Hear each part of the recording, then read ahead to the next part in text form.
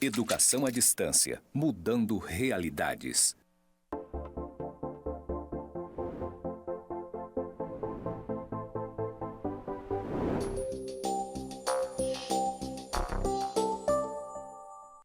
Olá, tudo bem? Sou o professor Valderson Amaro Lima e essa é a disciplina Empreendedorismo Governamental e Inovação em Gestão Pública. Fazer minha audiodescrição, eu sou um homem pardo de 1,63 m, cabeça raspada, barba preta, olhos pretos. Estou trajando nesse momento uma calça cinza, um tênis branco e uma camisa azul escura de manga longa. Estou no IFRO, campus Porto Velho, Zona Norte, onde ao fundo nós temos uma parede branca com pontos interligados na tonalidade cinza, e ao meu lado esquerdo uma parede branca com as iniciais EAD mudando realidades na tonalidade verde. Ao lado direito do vídeo você tem intérprete de Libras sinalizando, e este é o sinal que me representa na comunidade surda, Valderson.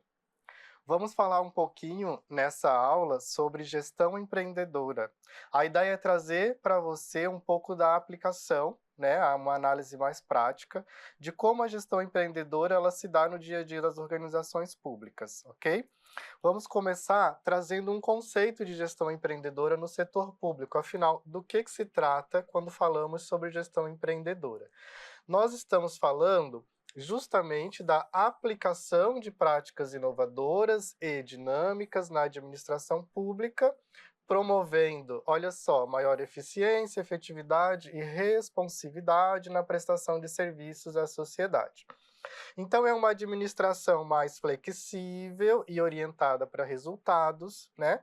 Com a adoção de estratégias inovadoras, descentralização da tomada de decisão e busca por soluções inovadoras para os desafios públicos, ok?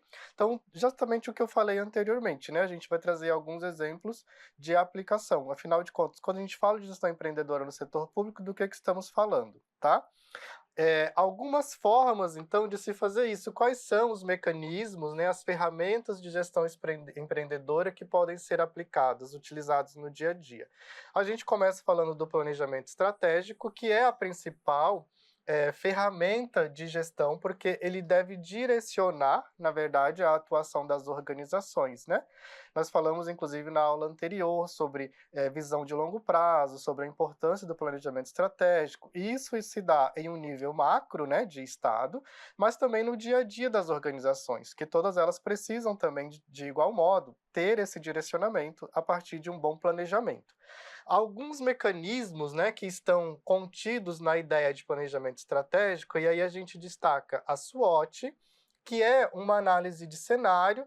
Não sei se você vai lembrar, né, mas a SWOT ela trata de forças, fraquezas, oportunidades e ameaças, né, onde você faz uma análise de cenário a respeito de quais são as forças e as fraquezas da organização, as oportunidades e ameaças que estão relacionadas com a atuação dessa organização. Nós temos o Balanced Scorecard, né, onde você tem ali a definição de objetivos estratégicos e as ações que estão relacionadas com aqueles objetivos, visando, né, os resultados organizacionais, e isso acaba direcionando toda a atuação, né, dos setores dentro de uma organização. E uma outra ferramenta é a análise PESTEL, né? PESTEL são iniciais do inglês, né, que trata de político, econômico, social, tecnológico, ambiental e legal, certo? Então, você tem uma análise completa, né, de todo o ambiente onde essa organização está inserida. Afinal, quais são, né, as questões políticas que estão relacionadas com a atuação da organização, quais são as situações econômicas que se relacionam com a atuação dessa organização, e, enfim, a base legal, ambiental, né, o ambiente social em que essa organização atua. A ideia é que a organização ela disponha de um planejamento completo, né, que fique a cargo de direcionar a sua atuação em relação à sua gestão no dia a dia, ok? A próxima ferramenta, a gente destaca gestão por resultados, né? E dentro de gestão por resultados, olha só, indicadores de desempenho, né? Do inglês, né? Key Performance Indicators, do KPIs, né? Também chamado de KPIs, que são justamente indicadores chaves, né? que vão direcionar a atuação da organização. Então, a organização, ela previamente define quais são as metas, né, a serem atingidas em termos de atendimento, de prestação de serviço público, e essas metas, elas direcionam o dia a dia, né, da organização. Dentro também de gestão de resultados, as metodologias de avaliação de impacto, que podem ser feitas, né, de forma quantitativa ou qualitativa, ex ante ou ex post, né, você pode ter tido alguma noção sobre isso na disciplina de políticas públicas e também na disciplina de planejamento estratégico, mas são avaliações que elas traduzem, né, na verdade elas buscam traduzir o impacto das ações organizacionais para a sociedade. Então, o que a organização está fazendo? De fato está surtindo efeito? Essa é a pergunta-chave, né? Como que você sabe se de fato está surtindo efeito? Você precisa mensurar isso. Então, a avaliação, ela vem com esse propósito, ok? E também acordos de gestão e contratos de desempenho, tá? Que são acordos realizados entre setores, né, e entre servidores, ok? Visando um melhor desempenho, né, dos setores e dos servidores no cumprimento do seu dever funcional junto à organização pública, ok? Avançando, né, um outro ponto para consolidar a gestão empreendedora no dia a dia das organizações, a gente destaca a gestão de pessoas e liderança empreendedora, tá? O que pode ser feito, então, dentro da gestão de pessoas e liderança empreendedora? A gente já viu, inclusive, na aula anterior, sobre o Estado empreendedor, né, que a resistência à mudança dos servidores pode ser um grande empecilho para o avanço desse processo da gestão pública, ok? E uma das formas de você minimizar isso é você trabalhar a liderança e a formação, ok? Então, dentro da gestão de pessoas, a gente destaca programas de capacitação e desenvolvimento de lideranças, tá? Gestão por competências, olha só, alocar pessoas, né, em determinados setores a partir das competências que elas dispõem para aquela atividade, ok? A gente sabe o quanto isso é difícil, às vezes, no setor público. E o incentivo à cultura de inovação no setor público, que é valorizar as pequenas iniciativas que são tomadas no dia a dia pelos servidores, né, pelos setores, para poder tornar a prestação dos seus serviços mais inovadores, tá?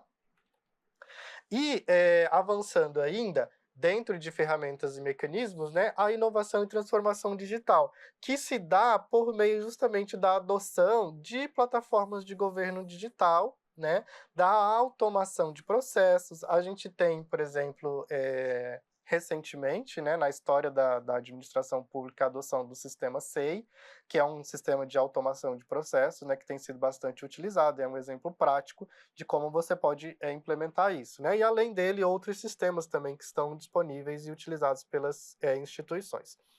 Também a aplicação de inteligência artificial para análise de dados e para tomada de decisão.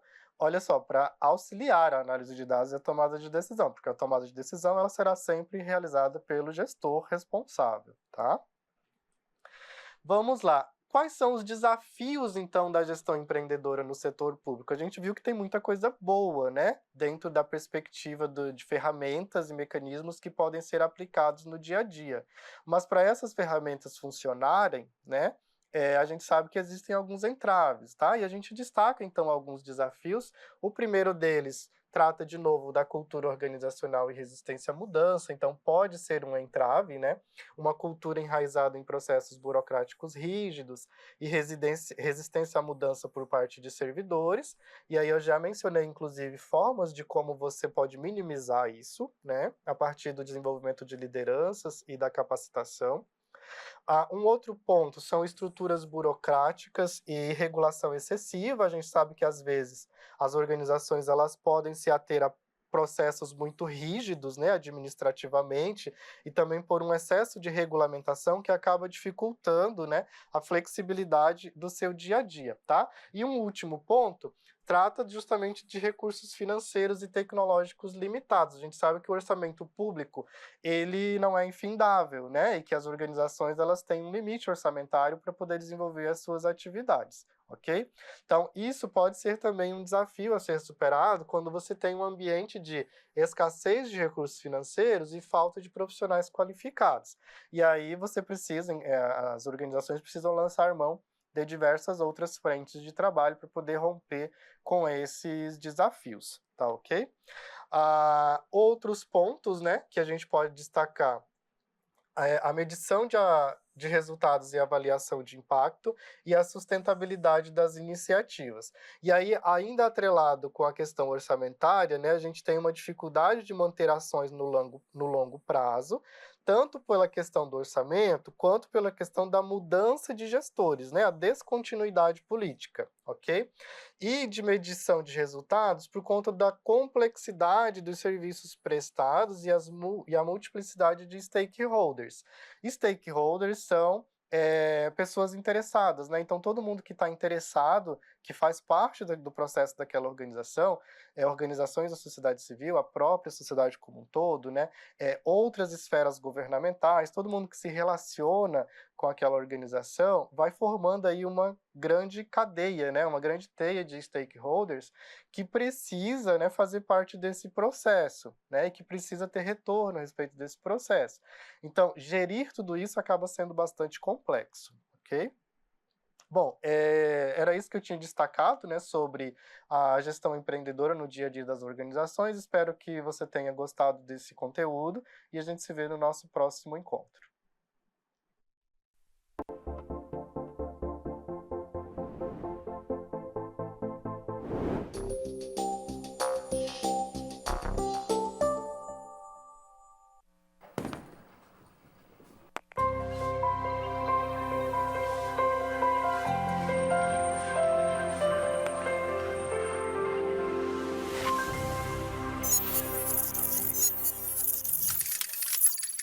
Educação à distância, mudando realidades.